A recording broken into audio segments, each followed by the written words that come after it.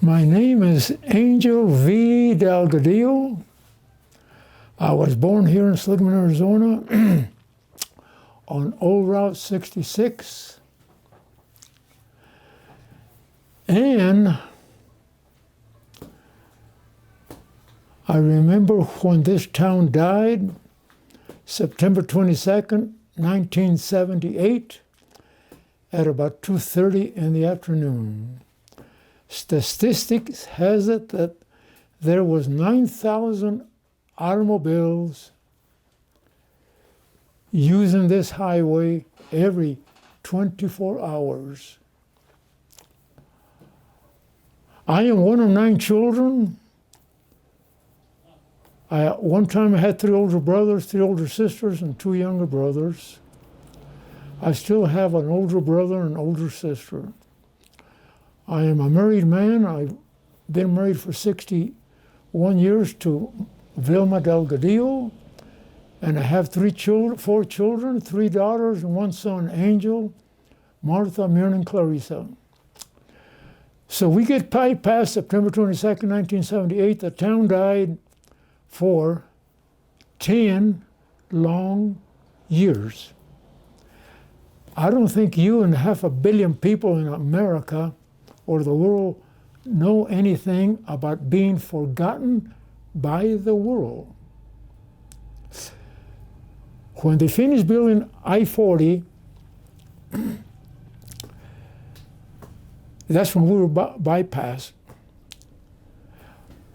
I began to learn very soon what was happening because of the bypass. The one thing that I learned real fast was our state not only bypassed us, we were literally raped. Listen to what I'm going to say. Flagstaff is 70 miles from here. Ash Fork is 50 miles from Flagstaff. I learned that we were bypassed. Our government never told the world that there was a Seligman by posting a sign on I-40 saying Seligman 60-some miles, Seligman 40-some miles. There wasn't a sign for 50 miles that said Seligman. There was one sign past Ash Fork. Ash Fork is 22, 23 miles from here. There was one sign after that. By then, the traveling public had already gassed up in Ash Fork and Williams. They had already slept there. They had already eaten there. So they bypassed us. What was also bad is that the east interchange that they built coming into Seligman isn't up here where you can see the town. You leave I-40 on the ramp, and suddenly you're way down here. They lost sight of Seligman, so much of the traffic stayed on I-40, ended up shopping at the west end of town. Our government didn't even sign Seligman good at the east end of town. It was a battle from day one. Through the Chamber of Commerce, we ended up asking state officials in different departments to check us out but good. One of the things that we did through the Chamber of Commerce, we got the attention of the highway department out of Phoenix, the bigwigs, to understand that there was no signing between Flagstaff and Ash Fork said Seligman. So the state took inventory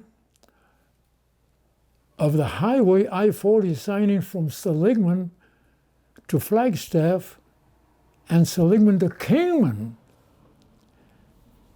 Not only that, but because I made a presentation of all the signing from Flagstaff to Seligman with mileage, numbers and all, presented it to the State Highway Department, and because of that meeting, they not only changed the signing from Flagstaff to Kingman, they did it from one end of the state to the other. Those signs that you see up there are my work. Congratulations. Wow. It was a battle from the very, very beginning. So we got the state to recognize the fact that signing was improper.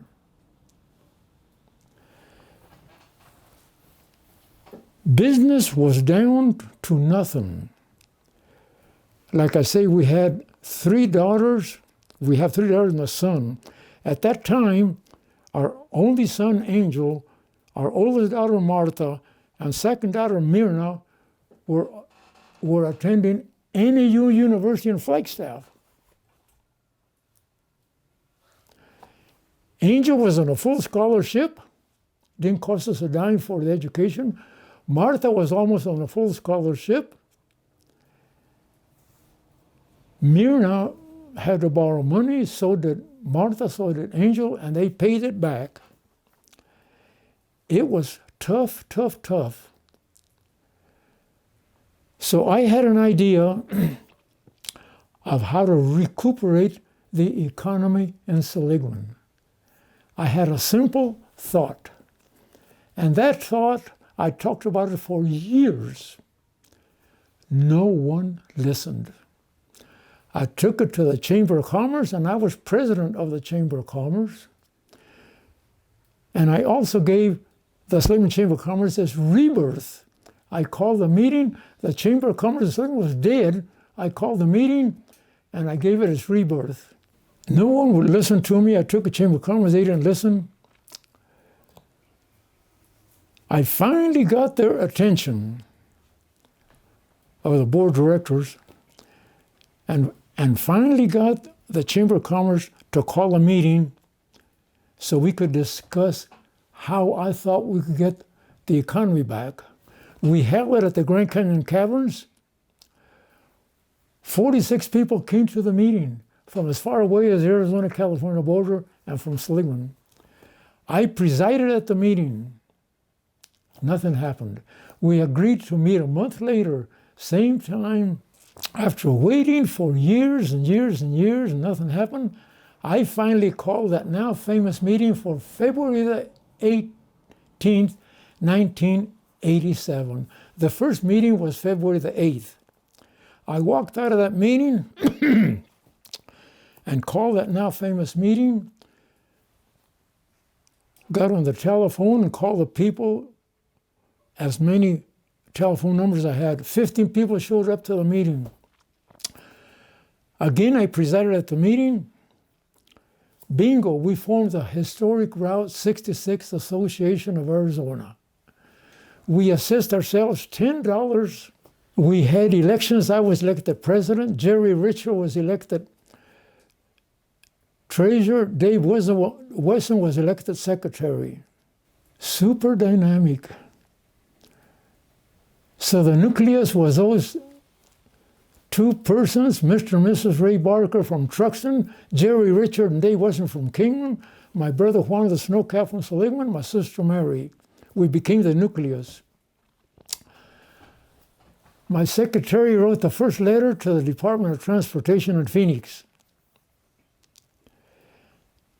Probably in early March. Well, here we go.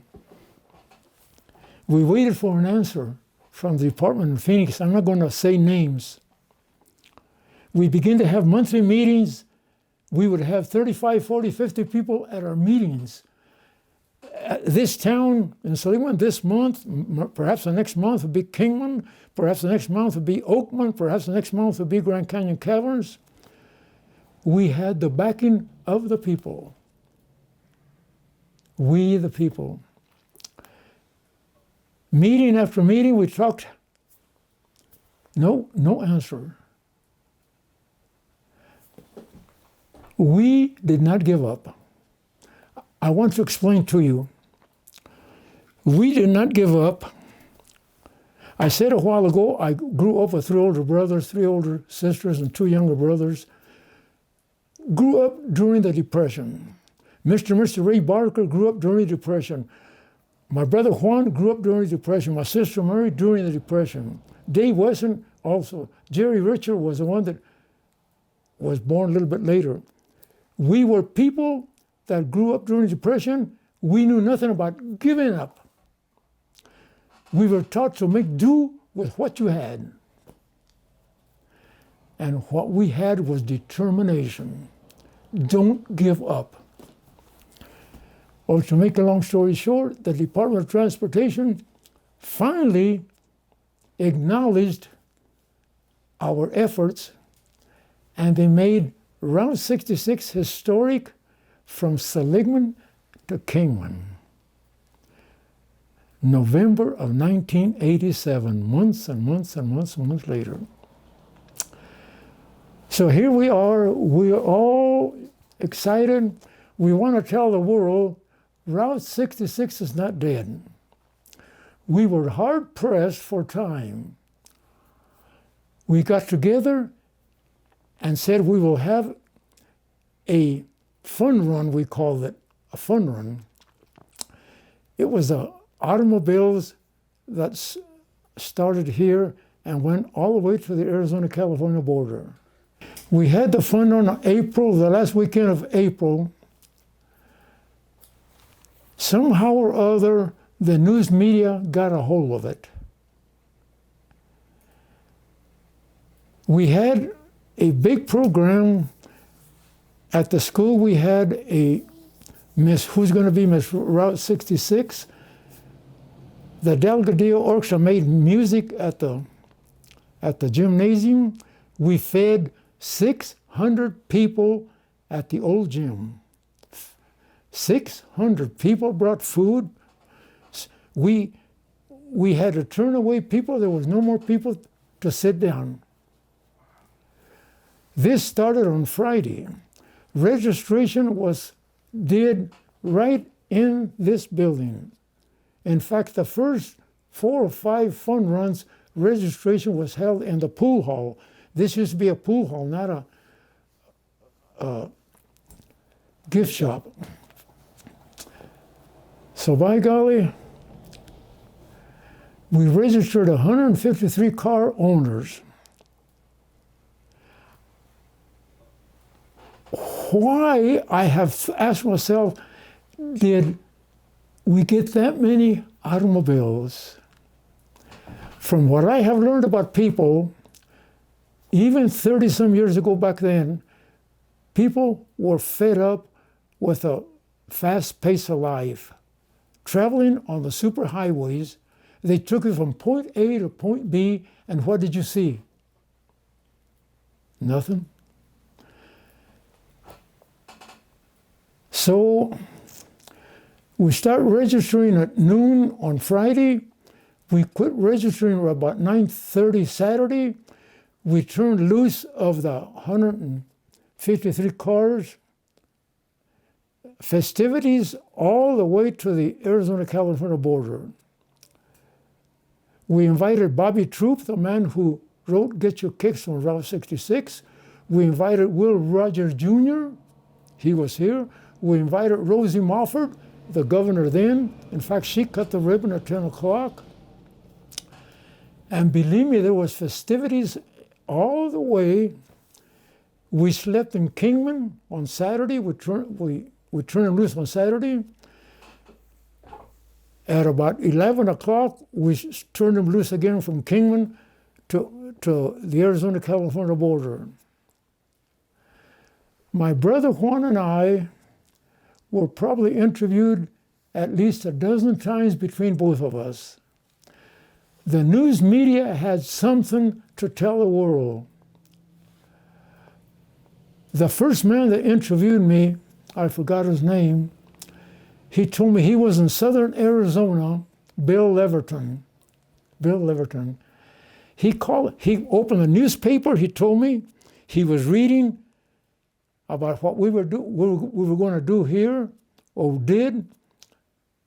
he asked his boss if he could table his work and come to Seligman. After he read about the fun run, I came to open the barber shop. I was still cutting hair 5 days a week back then. I semi-retired. So Bill Leverton called me outside. He says, "Don't mind me, just do what you always do." And since then, I've been interviewed by you professional people over 1,000 times in the last 30-some years. Why do journalists keep coming? It took me a while to understand. What we accomplished here in giving Route 66 its historic rebirth was a project that you will fail if you don't stick to your guns. We didn't let up. We had to literally go against the state Department of Transportation. Our government decertified, decommissioned Route 66, October of 1985. They had a big celebration in Williams, Arizona, 43 miles from here. The news media was thick there, and they told the world, no more Route 66, it's dead. Officially, the world was told that. I said, baloney, it's right there.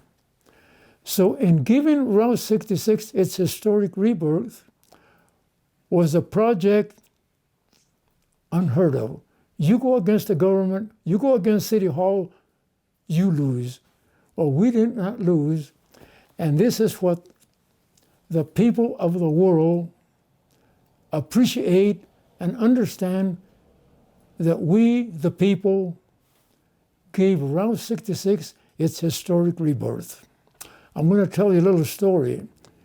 I was still cutting hair one day, and a young German lady in her mid-30s, I guess, found me here. She came in through the door. She introduced herself. She says, "I want to shake your hand. You have done something beautiful." And she went on. I says, "Wait a minute. It wasn't me that did it. It was we the people." She says, "No, you had an idea and you did not give up. You are who is responsible for all this." I just had the idea, but it was we the people that did it. Beautiful. It's beautiful. It's, and this is why. Okay, let me give you another story. Vilma, my wife, became the first manager of our gift shop. If we sold 1 or 2 T-shirts or anything, man, we were really going big. My wife was the first manager, and just on the other side of the wall, we had a table with a tablet. We were getting signatures of people that were coming in to our little gift shop. Every time that someone signed, we would go see where they were from. About 90% of the signatures were international. Why? I'll tell you why. America has not lost. In Europe, they have went through 2 world wars. The people there know what it is to lose your identity, to lose your home, to lose history. In America, that has not happened in America. So we take our country for granted.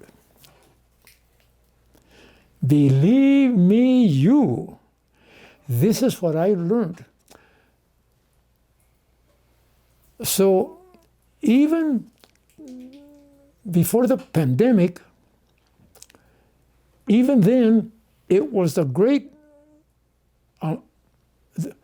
amount of people were international.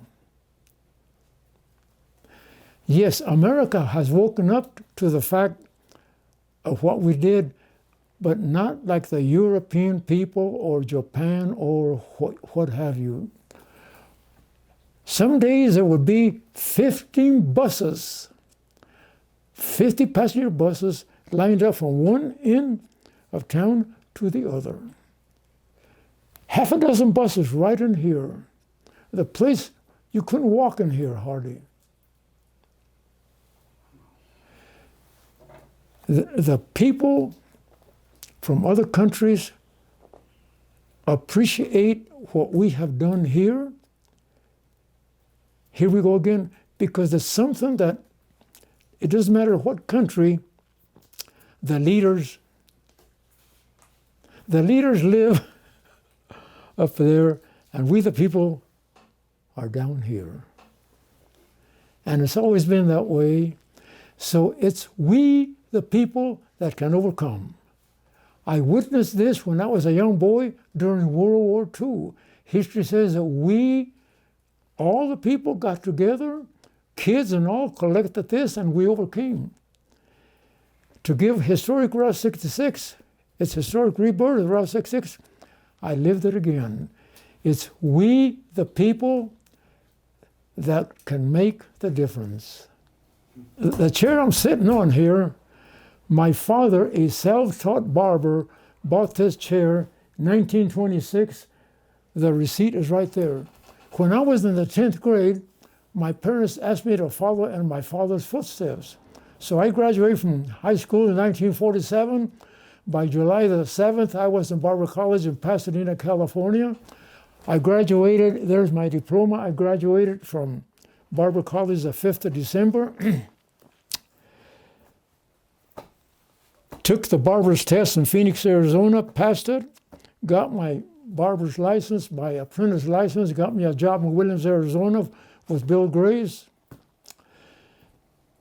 Served my apprenticeship, took the test for master barbers in Phoenix, failed it, went back to cutting hair for 4 months, took the test again, then I passed it, came home and opened my dad's old pool hall and barber shop, 1 block south, 1 block west on Old Route 66, May the 22nd, 1950.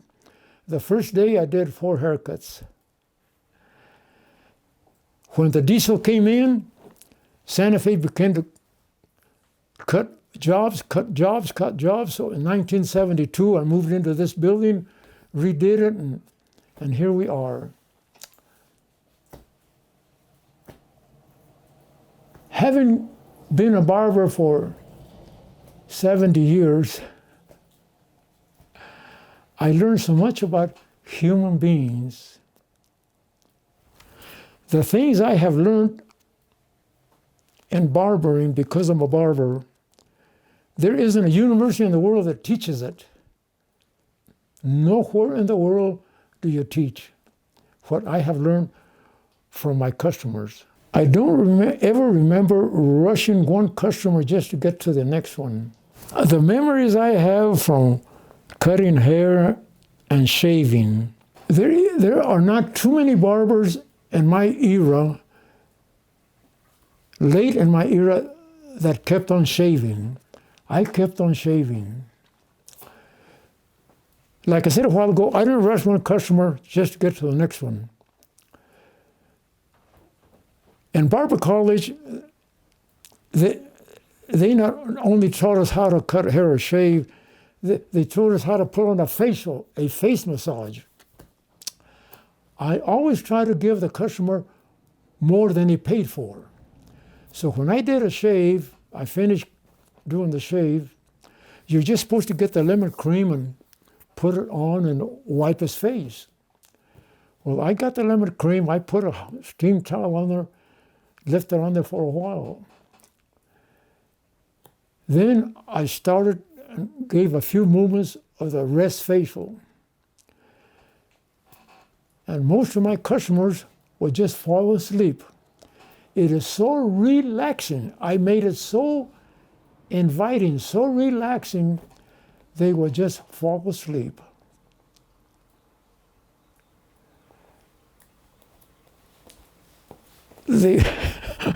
I had to sort of tell them, hey, I'm through, you have to get up. They touch your face like the face of the newborn baby, of the butt of a newborn baby.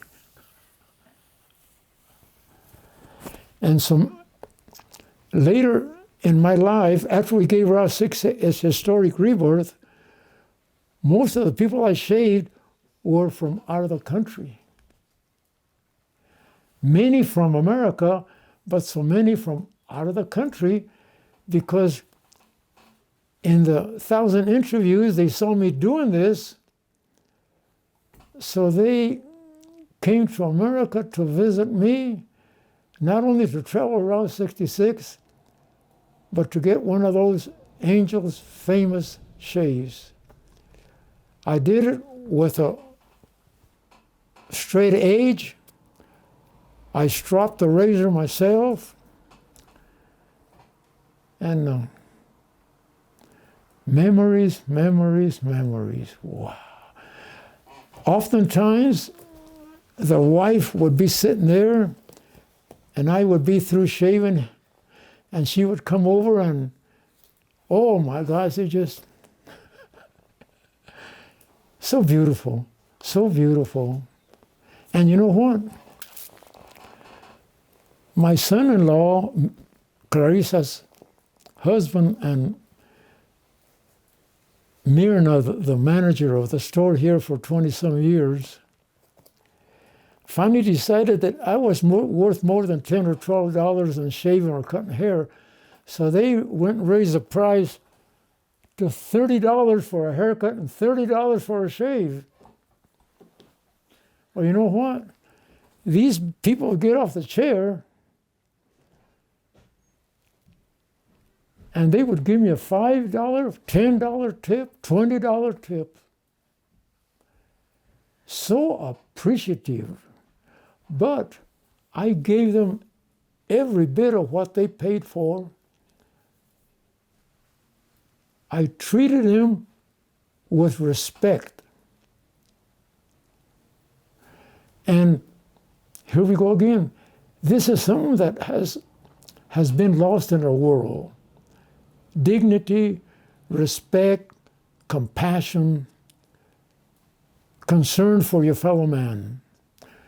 When tourists come in here, we welcome them, welcome home. Restrooms are right there. I have had the travelers that have started in Chicago on Route 66. I've been told, you people here on Route 66 from Chicago to here, you're like one family. We, the people of Route 66, are people of yesterday. And we have lost so much of yesterday in every respect. I was born April 19, 1927. I was a very young boy during the Depression, the Dust Bowl days. You want to understand, the highway was dirt. You want to understand, the street lights were not the powerful street lights that we have today in Seligman. You want to understand, people were so poor, very few fences. You want to understand, very few trees. My mother came to America in 1917, and he built the pool hall and the home that I was born in. He painted it calcimine white. We as children would play hide and seek, we would play chippy run, we would play marbles. We made our own fun back then. no television, a poor radio with poor reception. We would be playing out on the field, even at night, and here comes a car. The Dust Bowl people. History says that 250,000 people left the Midwestern states when it quit raining for half a dozen years. So they used Route 66 going to California to pick cotton, to pick apples, orchards, what have you. So here comes a car. How it all started, I don't know, but we little boys and girls would run up in front of the wall. The lights of the automobile would make a shadow of us people. We would dance, we would try to stomp each other's shadows, and as the car progressed, it moved our shadows, and here we go away with them. We dreamt and dreamt and dreamt. We spent many years, I guess, doing the same thing over and over and over. These people that traveled Route 66, the Grapes of Wrath, the John Steinbeck, they were so poor. We would laugh at the poor Okie with one mattress on the roof. He was a poor Okie. Oh, here comes a rich Okie. He's got 2 mattresses on the roof.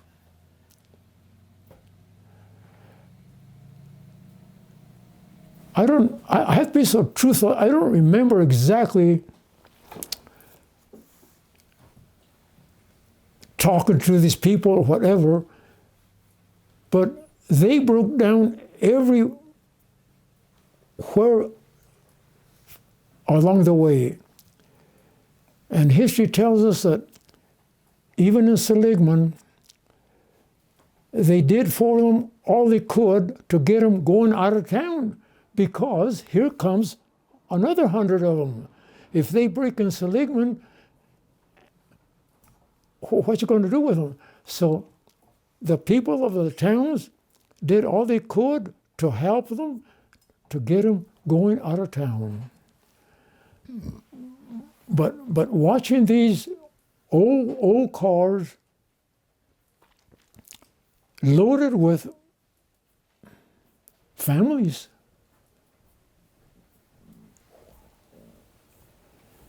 and we would laugh at the poor Okies.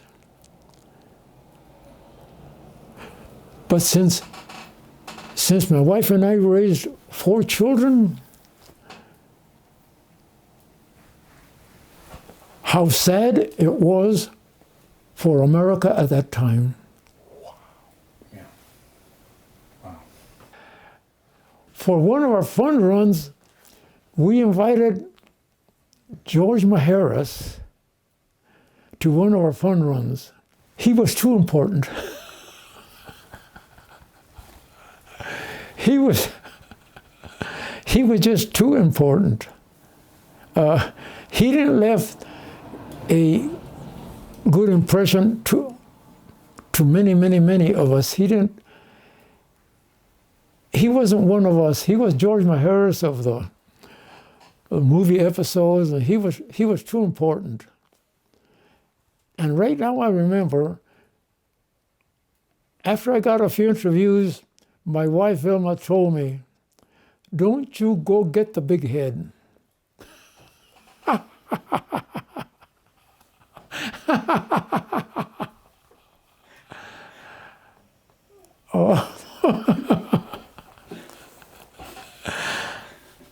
And I believe this is one of the secrets of we the people, I have learned, we need to understand ourselves. We need to know who we are. We need to be a little more considerate of each other.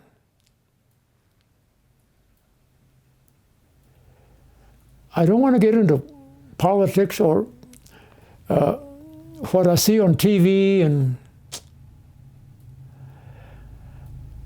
hardly no one on television is doing anything to impress that little boy or little girl growing up, to set a good example. We're going down the tube fast. Fast, fast, fast. And last night, I'm watching TV, and they said it 2 times. Something about helping the young children. We in America need to wake up. I repeat it, we need to understand ourselves.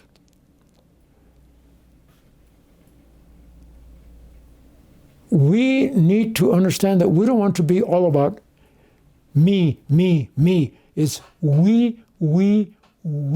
It's we people. So hopefully that tomorrow I can read that again on TV about helping the young people. Sometimes it is hard to understand. Well, at the beginning it was very difficult for me to understand me. But as time went on, I began to understand me because I understood people. Well, John Lasseter came here and interviewed me.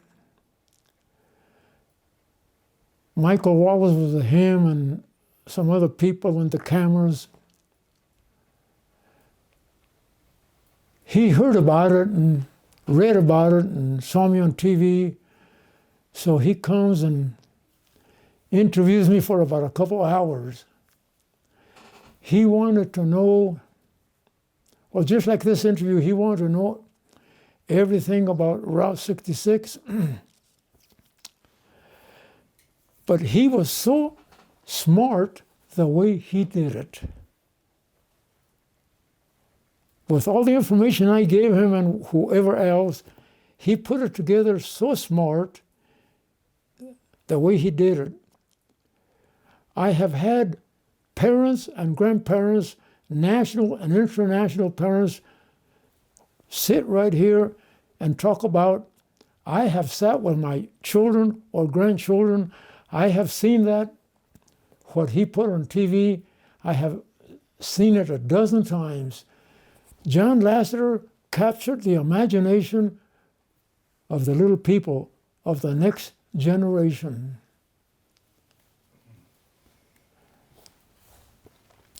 Until John Lasseter put that on the air, all we got coming in this store here were grown people.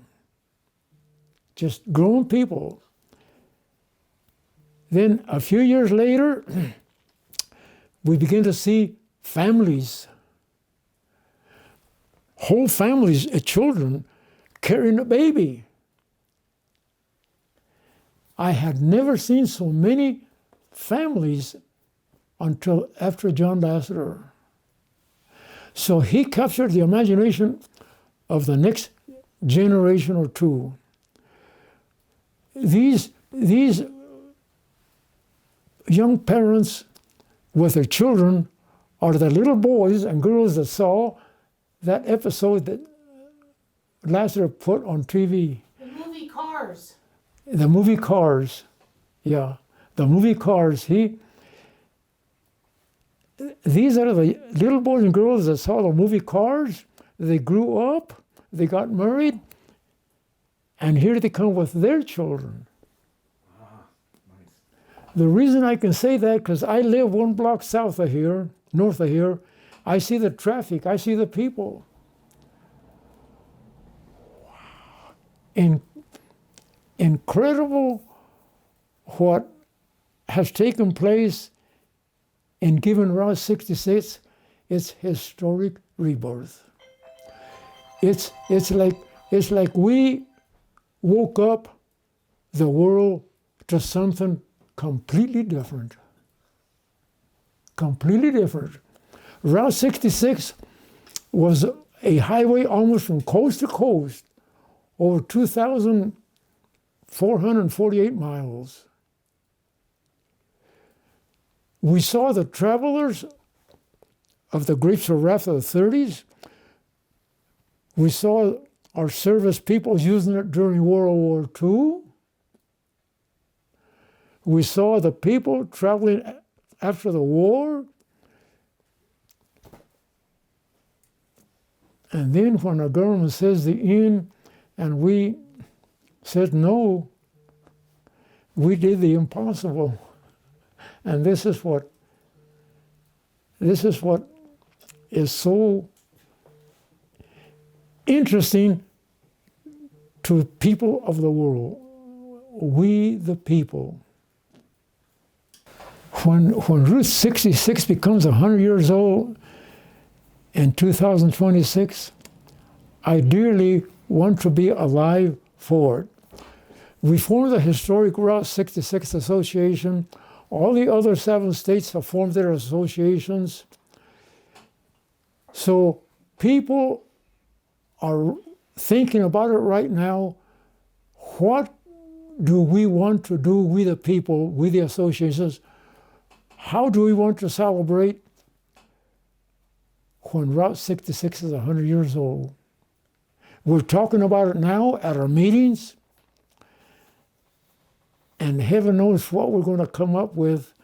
But every state is talking, the people, the associations, they're all talking about that beautiful, great day. I imagine the news media is just going to go crazy with it. I hadn't even thought about the ribbon cutting when it's 100 years old, but I hope the people give me the liberty for me to cut the ribbon. I had never even thought of it. You see, Vilma told me don't let it go to your head, so I can't live up there. I have to live down here. Normal, very normal. Oh, brother. When my father went broke, because they moved the highway to this location in 1933, he went broke. My brother Juan was playing the valve trombone, and Joe was playing the mandolin. Joe was probably 15 or 16, Juan was 18 or 19. Hank Becker had a 5-piece orchestra. He played the drums. His wife played the piano. George Edmonds played the tenor sax. They played for dances. My father could no longer feed all of us. My father and my brother Juan and brother Joe, my dad owned a 1926 Model T Ford. They went and bought a long trailer. They redid the trailer. They redid the Model T Ford incomplete. My brother Joe told me just a little more than a couple of years ago, the house was boarded up.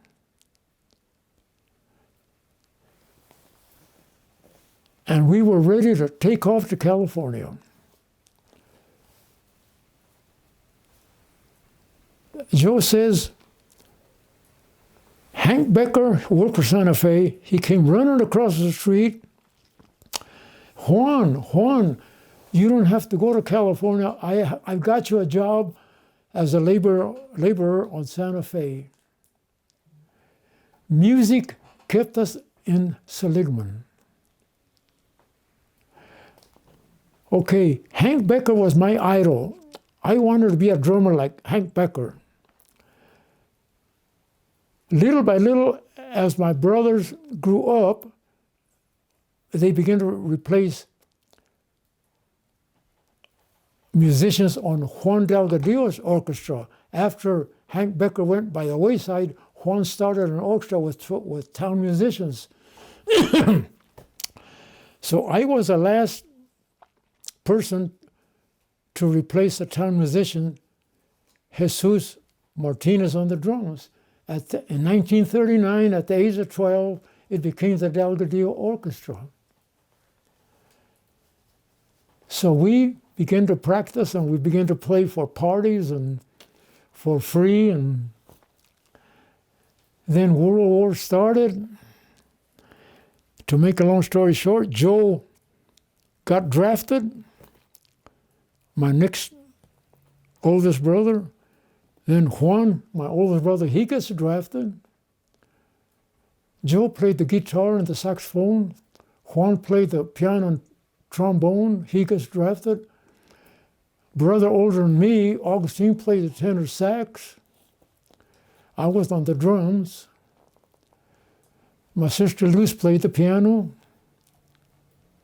Ray Pena, a man from Ashford, he plays a bass fiddle, stand-up bass fiddle. So no one to carry the melody. So I went and got Brother Juan's trombone, tried it. I didn't like it. I picked up Joe's alto sax. I didn't like it either. I picked up my brother Augustine's tenor sax. Gee, this is nice. So I start fooling around with a tenor sax. My brother Tony, as a 10-year-old, sat on the drums. So we kept music going. So now the war is declared D-Day in Germany. I want to tell you this. The war ends in Germany, and the people of the Seligman want to dance. Everyone was so happy. They want to dance. So they hired us. Me on the tenor sax, Luz on the piano, Tony on the drums, Ray Pena on the boom, boom, boom, boom bass fiddle. I guess I must have learned maybe 3 or 4 songs pretty decent. That's about it. People just danced to our lousy, to our band music. We must have played the songs I knew over and over and over and over. But the people were so happy, they danced and danced and danced. Well, at 1 o'clock, it was time to go home. So we're, good night. No. We'll pass the hat. You keep on playing. We must have played till 3 o'clock in the morning. Same songs over and over and over. Well, my brothers came back from the war. We regrouped. From the drums, Juan says, here's an alto sax. You learn to play the alto sax. Sister Lucille on the piano, Augustine's on tenor sax. Tony's on the drum. Incidentally, he became a very good drummer, Brother Tony. We began to play for dances. Most of them were Seligman, Ashford, Williams. We played in Kingman. We played a lot of dances in Williams, Ashford, Flagstaff. We went as far as Winslow. And we played as a family orchestra till 1978. The Beatles came into town and they changed the tempo. Yes, they did. Yes, they did. From 1929 to 1978, I believe, 30-some years, we played under the name Delgadillo Orchestra as a family. Glenn Miller, Tommy Dorsey, the music of then. The big band era. The big band era. Okay, now let me explain. My brother Juan, the leader of the band, the man, died 2004. Brother Joe, my second oldest brother, with a few other musicians in town, we kept on playing as a Delgadillo Orchestra until he passed away a year ago, January the 31st. He passed away.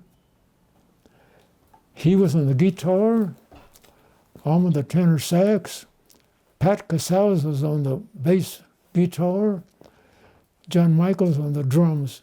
John Michael was Juan's son. We kept on making music.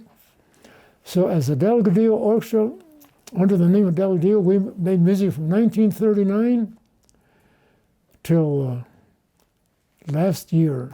Joe passed away a year ago, right? Correct. We made music as a Delgadillo Orchestra from 1939 till 2020. He was going to be 100 years old on February the 20th. He died January the 31st. Then the pandemic, but John Michael and I, my nephew, and a bass player here in Seligman, we want to get together just as soon as this I call it pandemic, not pandemic, pandemic. We want to get together and see if we can cut it. I'm sure we can. I'm sure you can. Because the will to want to is a way to get things done. The will to want to. Who can do it? I can do it. Don't tell me I can't. I can do it. The will to want to will do it.